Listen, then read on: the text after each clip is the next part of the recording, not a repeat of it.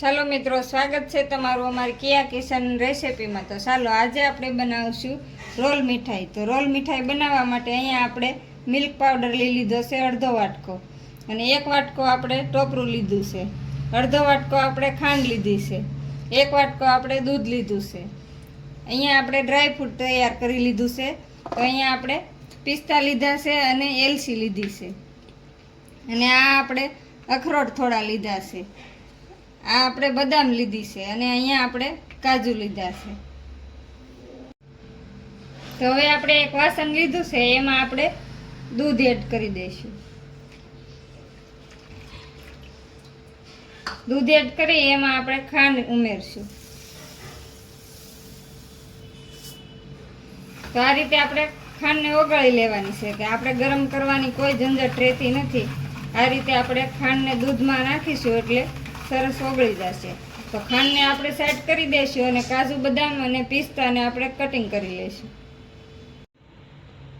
તો હવે આપણે કાજુ બદામ અને પિસ્તાનું કટિંગ કરી લઈશું। તો આ રીતે આપણે કટિંગ કરી લઈશું।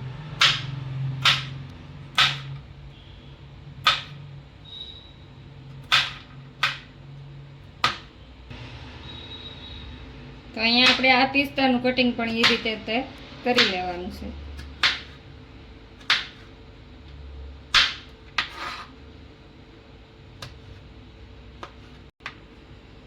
તો હવે આપણે બદામનું પણ આ રીતે કટિંગ કરી લઈશું।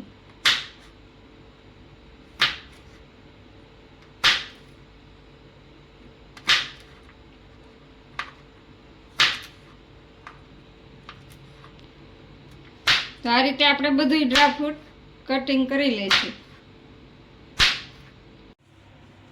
તો સરસ રીતે આપણું ડ્રાય ફ્રૂટ કટિંગ થઈ ગયું છે આ રીતે। તો હવે આપણે ખાંડ ઓગાળવા મૂકી છે એ આપણે ચેક કરી લઈશું, અને અહીંયા આપણે એલચીનો પાવડર પણ કરી લીધો છે, અને અખરોટ તો આપણે પહેલેથી આ રીતે કટિંગ કરેલા જ છે। તો હવે આપણે ખાંડ ઓગળી કે નહીં એ આપણે જોઈ લઈશું। તો સરસ રીતે આપણી ખાંડ પણ સરસ ઓગળી ગઈ છે। તો હવે આપણે બધું મિક્સ કરી દઈશું। તો થોડું દૂધ આપણે 1 વાટકામાં કાઢી લઈશું। હવે આપણે બધું મિશ્રણ કરી લઈશું। તો પહેલાં આપણે ટોપરું એડ કરી દઈશું।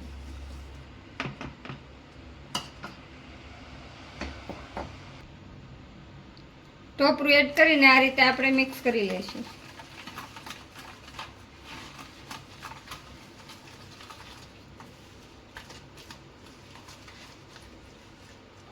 હવે આપણે મિલ્ક પાવડર નાખી દઈશું।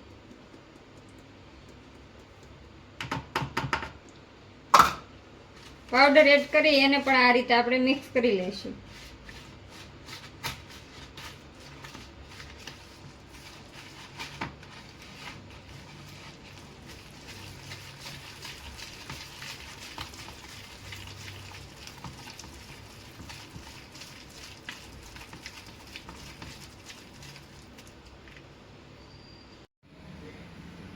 તો સરસ રીતે આપણું મિશ્રણ થઈ ગયું છે।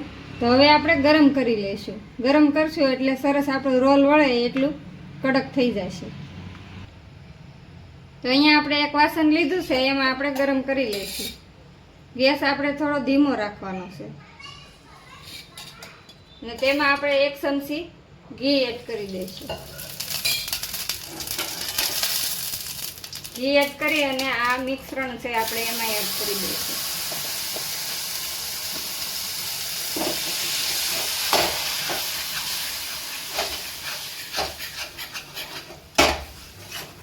આ રીતે થોડી વાર આપણે મિક્સ કરતા રહીશું, એટલે સરસ આપણું મિશ્રણ થઈ જશે, રોલ બની જાય એવું।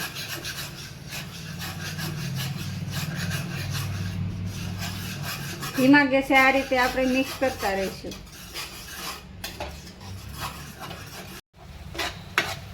તો એકદમ સરસ આપણું મિશ્રણ થઈ ગયું છે માવા જેવું। તો હવે આપણે ગેસ બંધ કરી અને નીચે ઉતારી લઈશું। તો અહીંયા આપણે નીચે ઉતારી લીધું છે, હવે થોડી વાર ઠંડુ થવા દઈશું। તો સરસ રીતે આપણો માવો ઠંડો થઈ ગયો છે, રોલ બનાવ્યો। તો હવે આપણે ડ્રાય ફ્રૂટ એડ કરી દઈશું। તો અહીંયા આપણે એલચીનો પાવડર બનાવ્યો એ એડ કરી દઈશું। અહીંયા આપણે અખરોટ એડ કરી દઈશું અને કાજુ બદામ અને પિસ્તા એ આપણે એડ કરી દઈશું અને આ રીતે આપણે મિક્સ કરી દઈશું.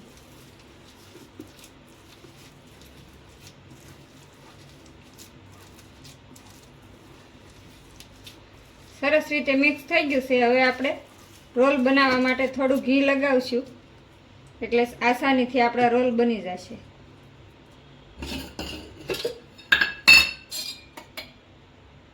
તો થોડું આપણે ઘી એડ કરી દઈશું.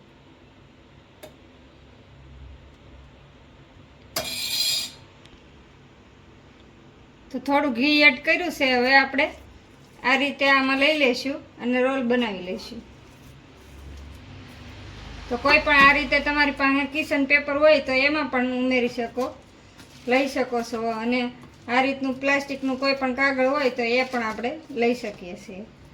તો અહીંયા આપણે આ ટોપરાનું કાગળ છે એ આપણે લઈ લીધું છે. તો આ રીતે આપણે રોલ બનાવી લઈશું.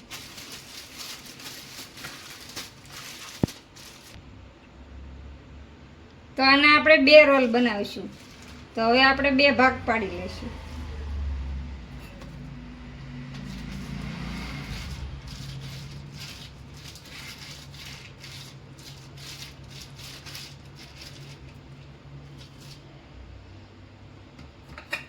તો એક રોલ બની જશે. હવે આપણે આ બીજા રોલને પણ એ રીતે બનાવી લઈશું.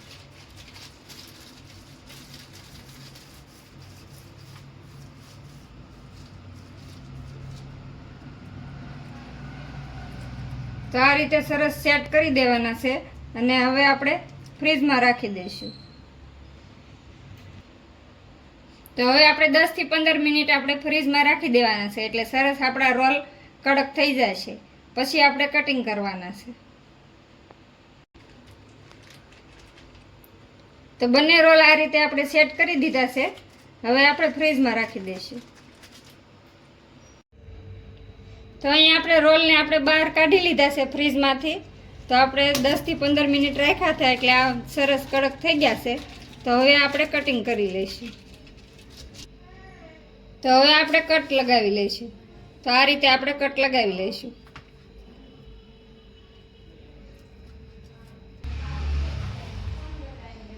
તો આ રીતે બંને રોલને આપણે કટ લગાવી લેવાના છે.